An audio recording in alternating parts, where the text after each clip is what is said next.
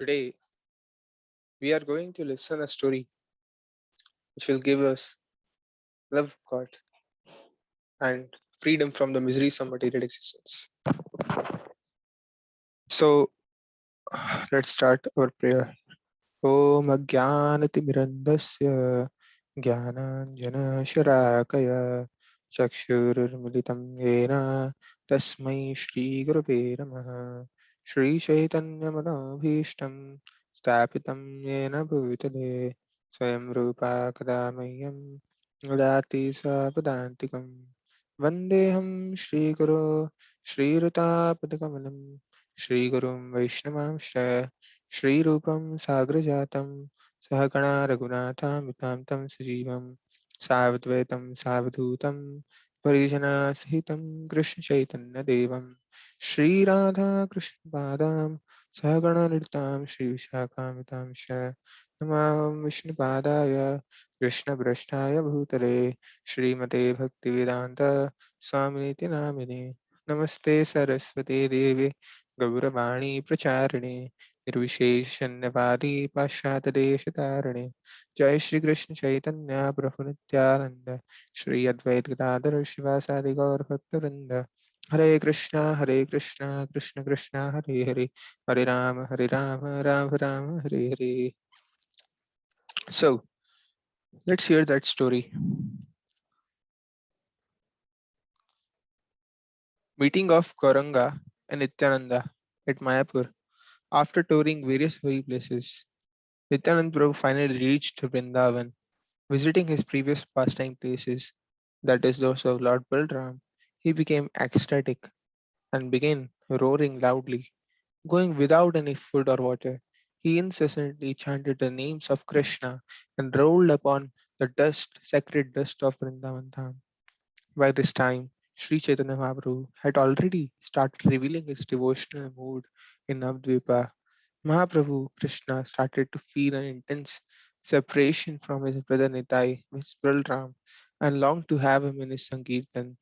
As soon Lord Nityananda realized that Mahaprabhu had begun manifesting his ecstatic mood, he at once came over to Navdvip to assist the Lord in his magnanimous pastimes.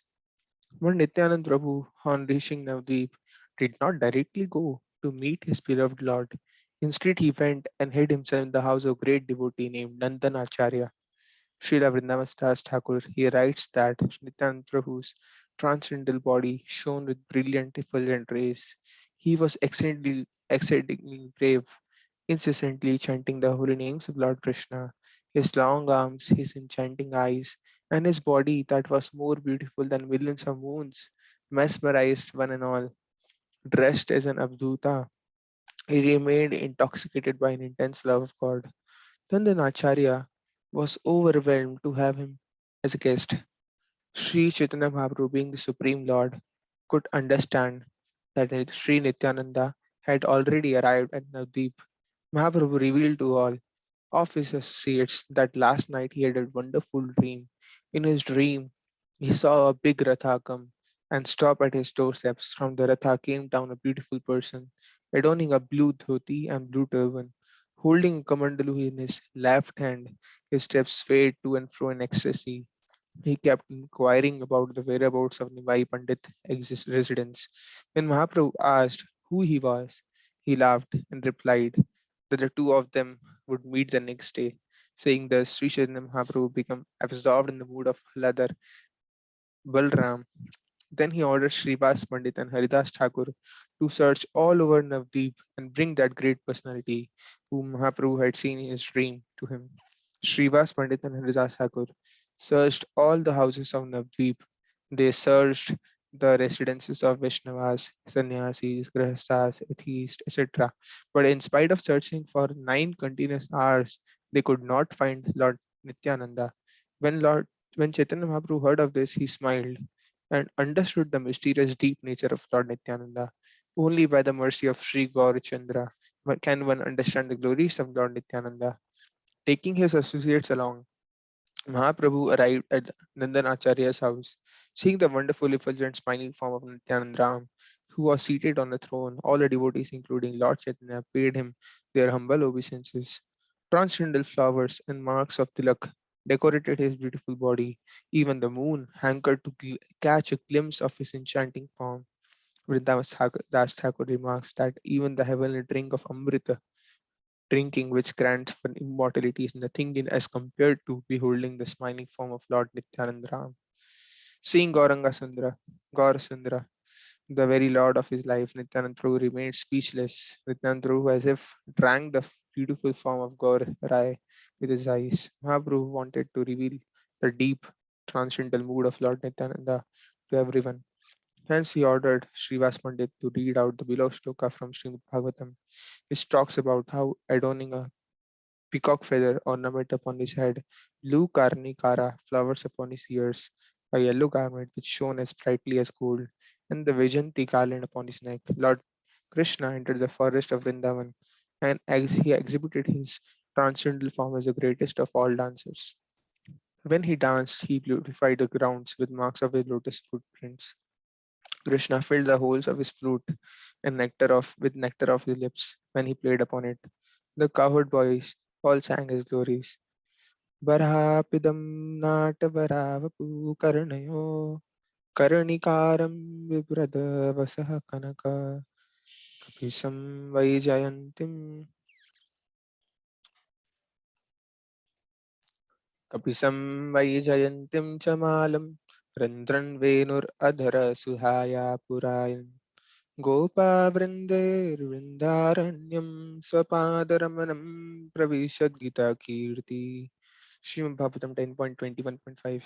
As soon as Nityan Prabhu heard these wonderful verses, he felt great ecstatic and fell down onto ground unconscious. After some time, when he regained his senses, he began crying piteously. His loud roars, as if penetrating the covering of the universe, devotees became anxious when Nityan Prabhu fell onto the ground again and again. They feared that his bones must have broken upon impact. Rolling on the dusty grounds, he sanctified Mother Earth with his tears. Beholding the beautiful form of Lord Gaurhari, he released deep breaths. At times he cried, at times he laughed, at times he danced, raising his hands in the air. Witnessing the wonderful ecstatic symptoms exhibited by Lord Nityananda, all the devotees remained awestruck.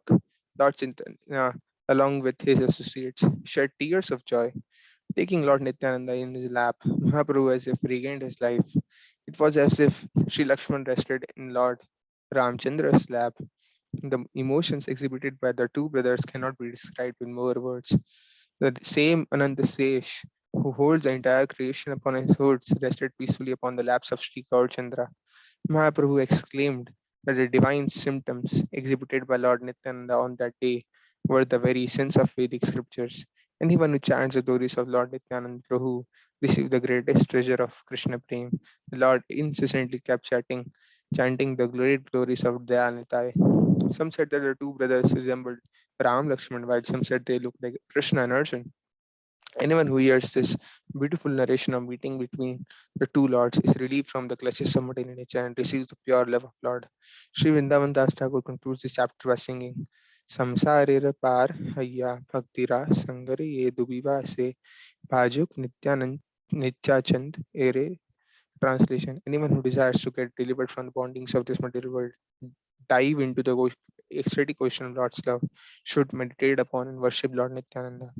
It's taken from Nitai Karunada's An Ocean of Mercy by Diptiman Gaur Haridas and Diptimai Vishnupriya Devidasi book.